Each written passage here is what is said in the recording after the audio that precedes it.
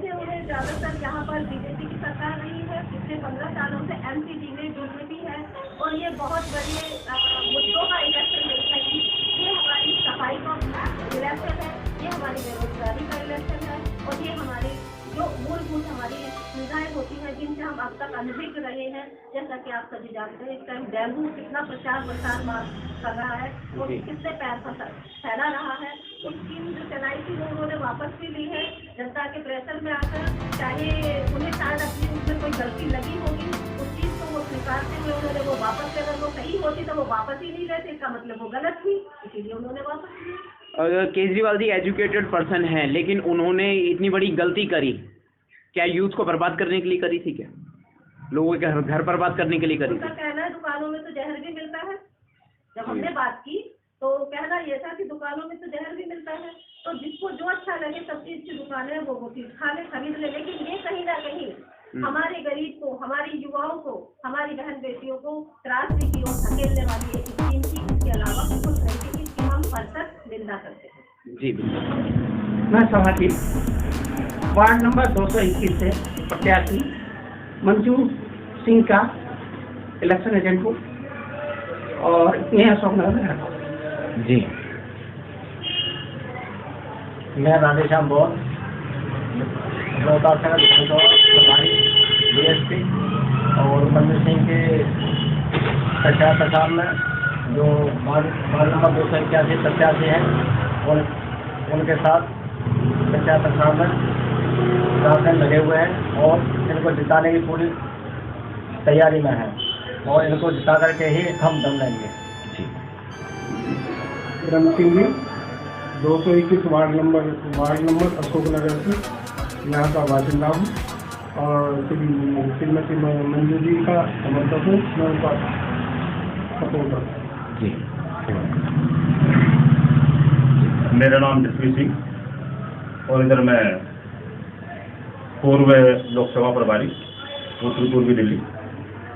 इधर से बहुजन समाज पार्टी और बहन जी का आशीर्वाद इधर हमारी बहन मंजू सिंह जी को मिला है और इधर से बहन जी ने आशीर्वाद देकर के यहाँ से उतारा है और पूरे क्षेत्र के कार्यकर्ता इनके साथ में लग करके इनको जिताने का काम कर रहे हैं। और ये आप सुनिश्चित मान लें कि यहाँ से ये विनिंग कैंडिडेट हैं। दूसरी कैंडिडेट जो भी इनके सामने है, कोई भी कैंडिडेट ऐसा नहीं है जो इनकी एजुकेशन के मामले में इनका मुकाबला कर सके। कोई भी कैंडिडेट ऐसा नहीं है जिन्होंने सामाजिक कार्य किए हों। कोई भी कैंडिडेट ऐसा नहीं है जो पिछले लगभग 5 सालों से लगातार क्षेत्र में रहा हो। कोई भी कैंडिडेट ऐसा नहीं है जिसने यहाँ पर एजुकेशन का काम किया हो। ये एक ऐसी प्रत्याशी हैं जिन्होंने पिछले 5 सालों से, वैसे तो ये 12-15 सालों से फ्री एजुकेशन दे रही हैं बच्चों को, परंतु 5 सालों से लगातार इन्होंने पूरी तरह से यहाँ पे एजुकेशन फ्री की हुई है। ये ऐसी प्रत्याशी हैं जो यहाँ पर हर किसी का दुख दर्द समझती हैं और मैं मानता हूँ अगर ये विनिंग कैंडिडेट हैं और ये जीत जाएंगे तो यहाँ की जो मूलभूत सुविधाएं हैं ये उनको उपलब्ध कराएंगे और यहाँ पर जो भी जिसकी भी जो समस्याएं हैं यहाँ पर कोई वसूता नहीं रहेगा। जी मैं रामचंद्र एडवोकेट रोहतास नगर विधानसभा का उपाध्यक्ष हूँ। मैं मंजू सिंह के लिए तन मन धन से तैयार हूँ और इनको जिता करके ही दम लूँगा।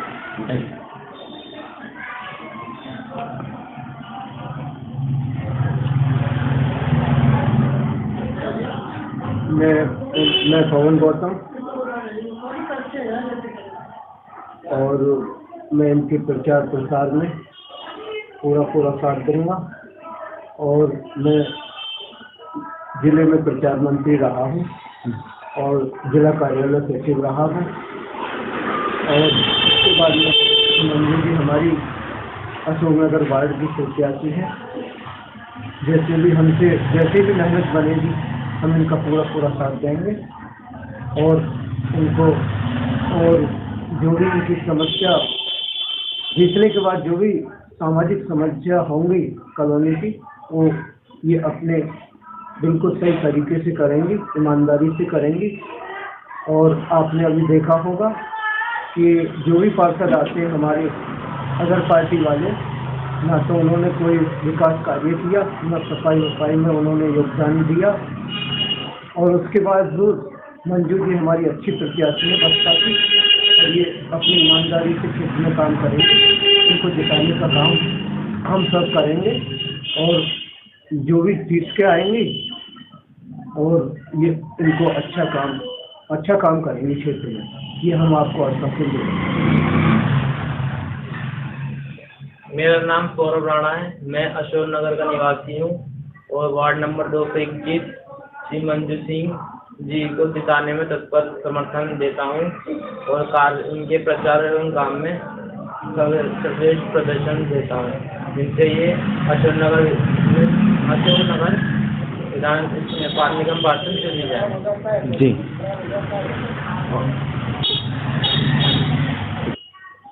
साथियों, जय भीम, जय भारत, जय संविधान। जय भीम संसार यूट्यूब चैनल पर आपने देखा है वार्ड नंबर 221 से मंजू सिंह जी चुनाव लड़ रही हैं।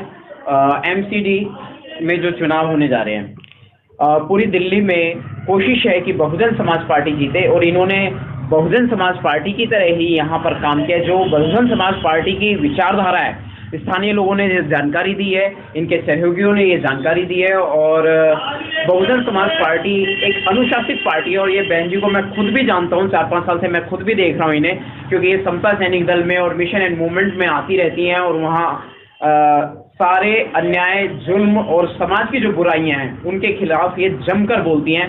ये बहुत एक्टिव महिला हैं, इसलिए नहीं कि मैं इनको जानता हूँ, इसलिए मैं इनकी तारीफ कर रहा हूँ, ये इनकी वास्तविकता है और इतिहास गवाह है। जय भीम, जय भारत, जय संविधान। हम परिचय लेते हैं बहन जी मंजू सिंह जी से। बहन जी, आपका हमारे YouTube चैनल जय भीम संसार में स्वागत है और मैं यहाँ की आपकी क्या तैयारी है वर्तमान समय में जानना चाहूँगा। बुद्ध के चरणों में कोटि नमन करते हुए और जिस बाबा साहब को नमन करती हूँ और अपने समाज के सभी महापुरुषों के चरणों में मैं कोटि नमन वंदन करती हूँ। जैसा कि सभी जानते हैं कि मैं बसपा की प्रत्याशी हूँ और बहन जी ने और मेरे समस्त संगठन के साथियों ने ये टिकट लाने में बहुत बड़ा इनका योगदान है। और जो इन्होंने टिकट लाया है और जो मुझे प्रत्याशी इस क्षेत्र से बनाया है, ये एक बहुत बड़ी जीत है पहले ही हमारी, और इन सबका मैं तहे दिल से आभार व्यक्त करती हूँ। बहुत बहुत साधुवाद सभी का, समस्त टीम का।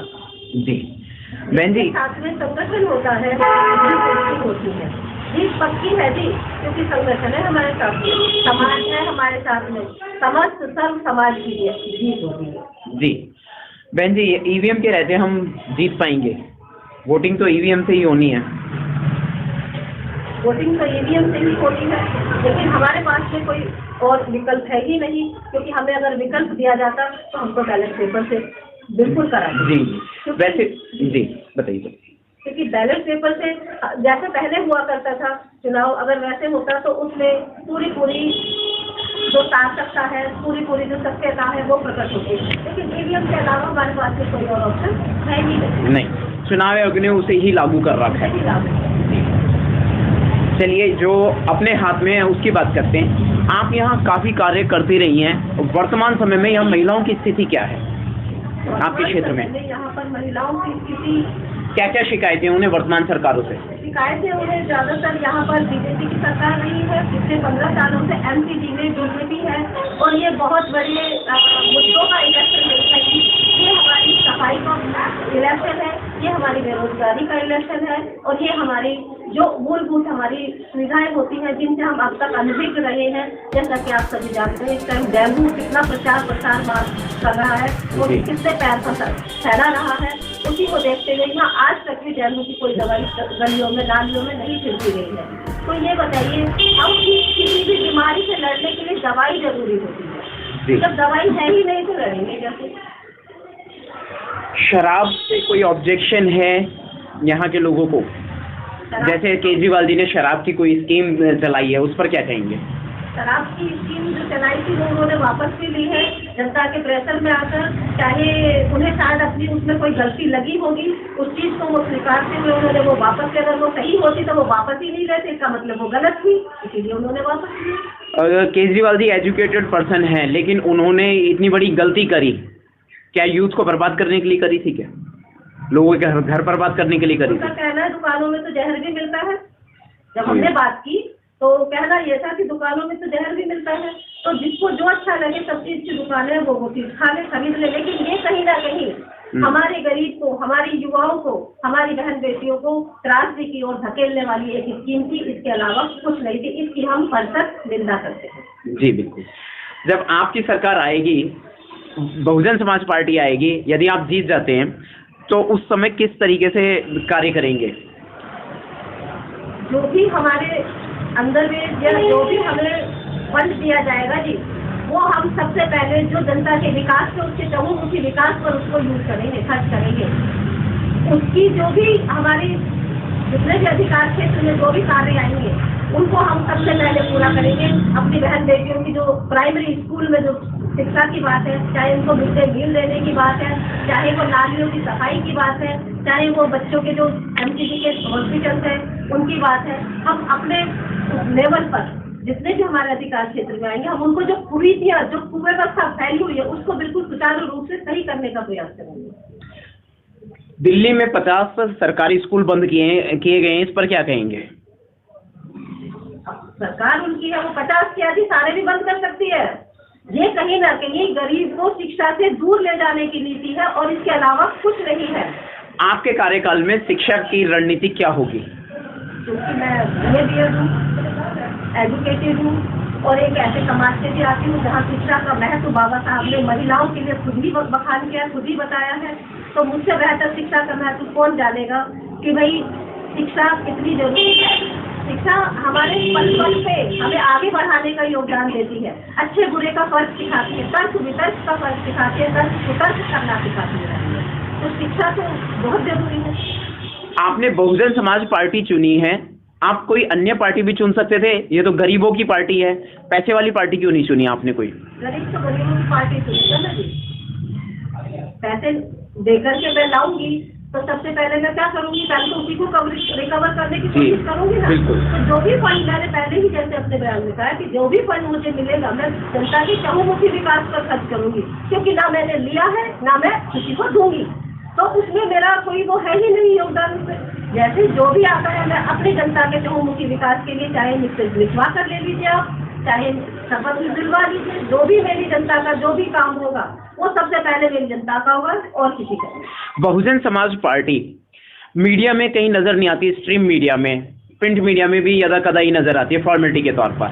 तो बहुजन समाज पार्टी अन्य पार्टियों की तरह जैसे बीजेपी है और कांग्रेस का वजूद भी खत्म है, बावजूद उसके स्ट्रीम मीडिया में नजर आती रहती है, उसके बाद लगातार सक्रिय है। इसके बाद में आम आदमी पार्टी भी आप देख ही रहे हैं, आनन फानन किसी न किसी मुद्दे पर वो चर्चा में रहती ही है, लेकिन बहुजन समाज पार्टी मीडिया में नजर नहीं आती। इसके लिए क्या कहेंगे? मेन मीडिया में, स्ट्रीम मीडिया में। मेन मीडिया में तो नजर कौन आएंगे? जो आपस में रिश्तेदार होंगे, जो आपस में भाईचारा निभाएंगे। तो हमारी क्या है, हम तो मेन स्ट्रीम को क्या चाहिए? पैसा। और हम जो है अपने भाइयों के विकास की बात करते हैं, भाइयों के कल्याण की बात करते हैं, भाइयों के समूहों के विकास के लिए अग्रसर होने की बात करते हैं। लेकिन हमारी मेन स्ट्रीम में ना आने का कारण ये नहीं है कि हम काम नहीं कर रहे हैं, हम काम कर रहे हैं। और काम करने का नतीजा ये है कि दिल्ली से 149 निगम पार्षद उतर करके आ रहे हैं और जिसमें से जीत पक्की है। ये जितनी सब पार्टी आपने मेन स्ट्रीम बताई, स्ट्रीम मीडिया बताइए आपने जैसा कि, तो ये तो पूंजीपतियों की है ना जी। बिल्कुल, पार्टियां भी पूंजीपतियों की है और मेन स्ट्रीम भी पूंजीपतियों की है। गरीबों की सुनवाई कौन करेगा? इनमें से तो कोई नजर आता ही नहीं है। तो गरीबों की जो सुनवाई होगी वो तो गरीबी ही करेगा। जैसे कि मैं हूँ, मेरी हमारे समाज की जो अगुवाई नेता है आज कोई और नहीं है बहन जी के अलावा, हमारी नेता बहन जी है। और हमने बहन जी ने यूपी में तस्वीर बदली है, तकदीर बदली है लोगों की। क्या आप दिल्ली में ये कमाल कर पाएंगे यदि सत्ता में आ जाते हैं? तो बिल्कुल कमाल कर पाएंगे जी। सम्राट अशोक ने 84,000 स्तूप बनाए थे, बहन जी ने अपने जो महापुरुष है उनके उसमें जो बनाए और उसका सब विरोध कर रहा है, लेकिन उसका पैसा आज भी खा कौन रहा है? रिकवरी फंड वहां से ले कौन रहा है? रेवेन्यू ले कौन रहा है? ये देखिए आप जी। तो हम तो जो है काम की बात करेंगे और काम करने आए हैं तो काम ही करेंगे।